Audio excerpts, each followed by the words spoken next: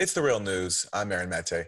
From pipe bombs in the mail to the killing of two black shoppers in Kentucky to the synagogue massacre in Pittsburgh, the U.S. is grappling with yet a new round of white supremacist terror.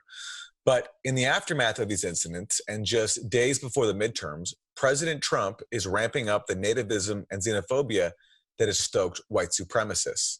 First on Monday, federal officials announced plans to send 5,200 active duty troops to the U.S. Mexico border in response to a caravan of Central American asylum seekers fleeing violence and dire conditions at home. The message to the organizers and participants of this caravan is simple. As the President and Secretary Nielsen have made clear, we will not allow a large group to enter the United States in an unsafe and unlawful manner. For those that seek to cross the border illegally, we will apprehend them and fully enforce the laws of the United States. For those that seek to make an asylum claim safely and lawfully at a port of entry, the government of Mexico has already offered you protection and employment authorization. If you are fleeing alleged persecution at home, you have arrived at a safe place to make your claim. According to Newsweek, the size of the U.S. force on the border could top 14,000. This comes amid reports that Trump is mulling executive actions to shut down border entry entirely and even suspend habeas corpus, which grants detainees the right to appear before a judge. Then on Tuesday, Trump announced yet another potential executive action. Speaking to Axios, Trump said he might revoke birthright citizenship for babies of non-citizens and undocumented immigrants. Now they're saying I can do it just with an executive order. Now, how ridiculous. We're the only country in the world where a person comes in, has a baby, and the baby is essentially a citizen of the United States for 85 years with all of those benefits. It's ridiculous. It's ridiculous. And it has to end. Have you talked about that with council? Yeah, I have. So where in the process? It's in the process. It'll happen. With an executive order. That's what you're talking about, right? Yeah, That's it's a very exactly what I'm interesting talking about. I didn't think anybody knew that but me. I thought I was the only one. Joining me to discuss Trump's latest anti-immigrant actions is Gerald Horne, historian and professor of history and African-American studies at the University of Houston. Welcome, Dr. Horne. Let me ask you first about this latest announcement from Trump today about birthright citizenship. Do you think that he even has the constitutional authority to end birthright citizenship for non-citizens? And if he doesn't, then as a historian, what do you make of what he's doing here? Apparently, he does not have the authority to end birthright citizenship via an executive order. That is the impression I got from the words not only of Speaker Paul Ryan, but also from a survey of a number of leading constitutional scholars. Having said that, we all know that the Republicans have packed the courts, the federal courts, in recent months and years, and many of these federal judges owe a debt of gratitude to the Republicans and Mr. Trump personally for him placing them on the court. And so it's possible that there could be a wild card federal judge and certainly a wild card Supreme Court that could pass on that. I doubt it. But we're in a different age right now. It's obvious that many of our liberal friends have miscalculated when they overestimated the democratic potential and nature of the United States of America and the Bill of Rights particularly. And I'm afraid to say that many of us are going to pay the price for that miscalculation. As a historian, when you hear Trump speak like this, what historical parallels come up for you? I'll just say for myself that my thought today was I was recalling how the Nazis, back when they were formulating their own so-called racial purification laws, that they looked to the United States for inspiration. That's true. There's been a good deal of scholarship with regard to that, particularly how the Nazis looked to the United States for so-called anti-miscegenation laws. That is to say, laws in the United States that basically made it verboten for those defined as white to marry those defined as black. Obviously, in Germany, that was transferred to the German non-Jewish population and the Jewish population. That is one striking parallel, but of course, there are striking parallels from U.S. history itself. We should not forget the fact that when the Ku Klux Klan arose post-1865 in the wake of the U.S. Civil War, in many ways, they were the armed wing of the Democratic Party. That is to say, the Democratic Party then being the party of Jim Crow, the party of Dixie, and that kind of terrorism that was inflicted, not least on Black people post 1865, we hear echoes, at least, of that kind of policy in 2018 as enunciated by the present occupant of the White House. Okay, so you mentioned 1865. So just 13 years later, in 1878, you have the signing of the Posse Comitatus Act, which bars military forces from playing a role in domestic law enforcement. Now there is talk of that being suspended, along with the suspension of habeas corpus, as I mentioned earlier, giving people the right to appear before a judge in this crackdown on the border, with Trump sending thousands of troops there, possibly over 14,000, which is about as many as are in Afghanistan right now. And yesterday at the White House Press Secretary Sarah Huckabee Sanders was asked about this and whether these drastic steps, these suspensions of constitutional protections, is on the table. Ruled out, those are options on the table? Look, I'm not going to get into specific policies that we're considering. There's a number of actions that we're looking at taking. When we're ready to make an announcement on that front, we'll let you know. John? So that's Sarah Huckabee Sanders. So, Dr. Horne, if Trump is sending thousands of troops to the border, is he violating Posse Comitatus? And would there be a historical parallel for such an infringement as he's apparently doing now?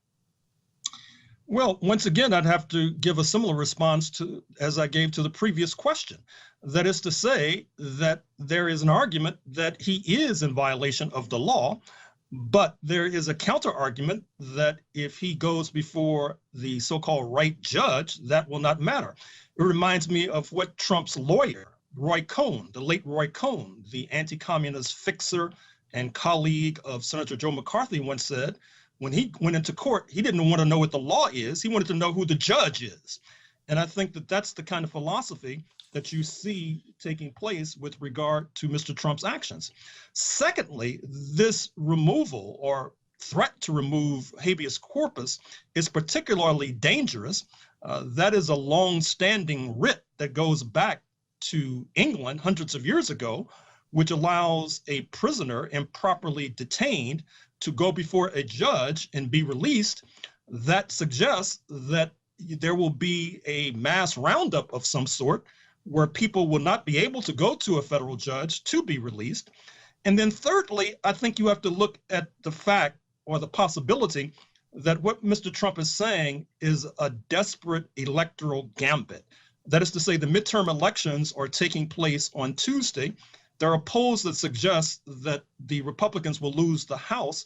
More to the point, the Houston papers in particular are talking about a Beto bump. That is to say, senatorial candidate Beto O'Rourke, who's running against incumbent Ted Cruz, he's behind in the polls, but the so-called Beto bump might wipe out Republican Congressman Will Hurd, a former CIA analyst who is now in the Congress. He's running against a very strong Democratic candidate who is expected to benefit from the Beto bump.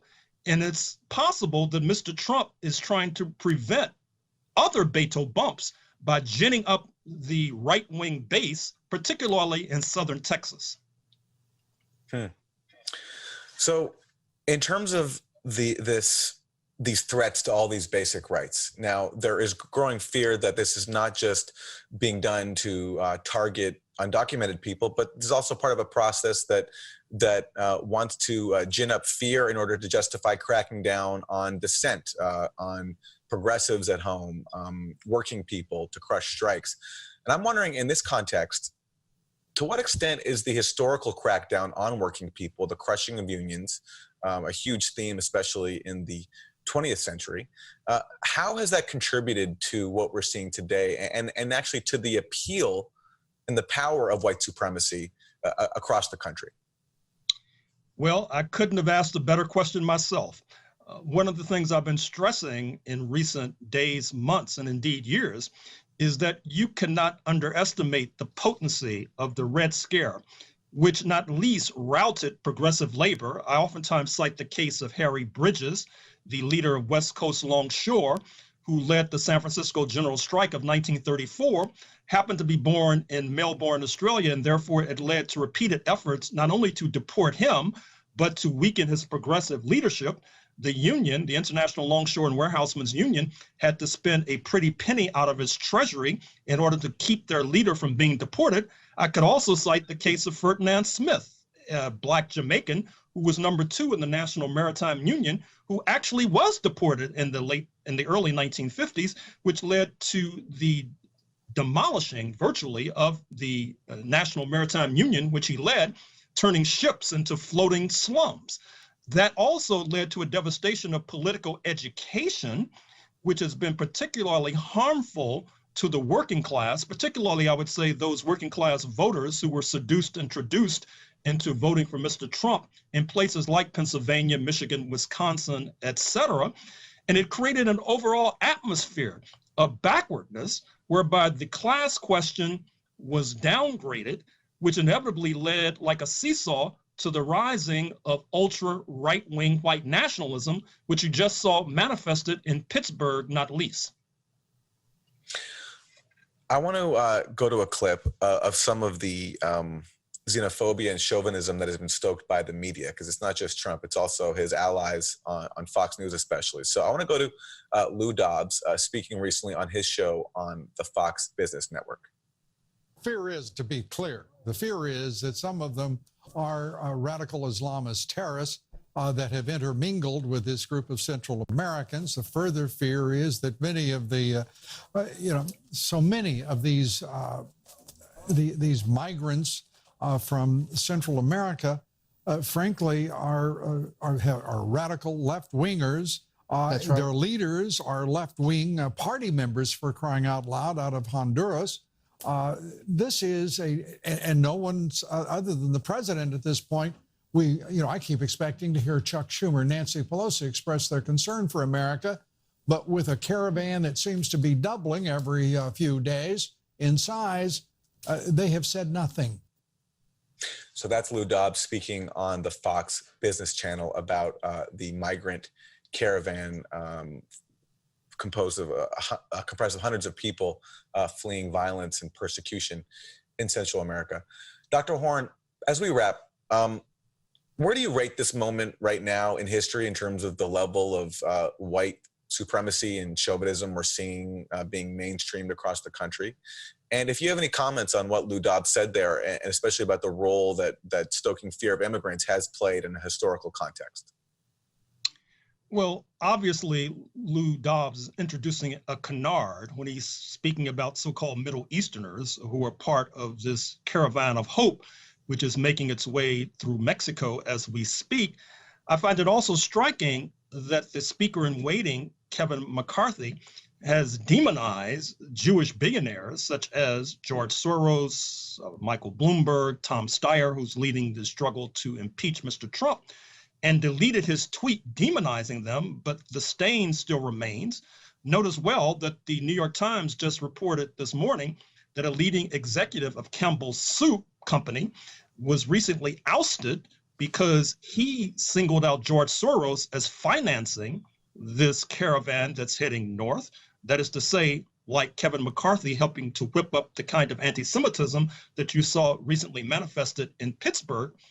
I would say this is a particularly dangerous moment because unlike previous dangerous moments, we don't have the necessary kind of international solidarity that the Black Liberation Movement, for example, enjoyed for decades, but does not necessarily enjoy today.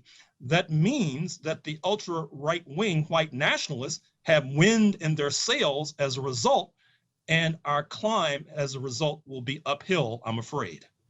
We'll leave it there. Dr. Gerald Horne, historian, professor of history and African American studies at the University of Houston. Thanks very much. Thank you. And thank you for joining us on The Real News.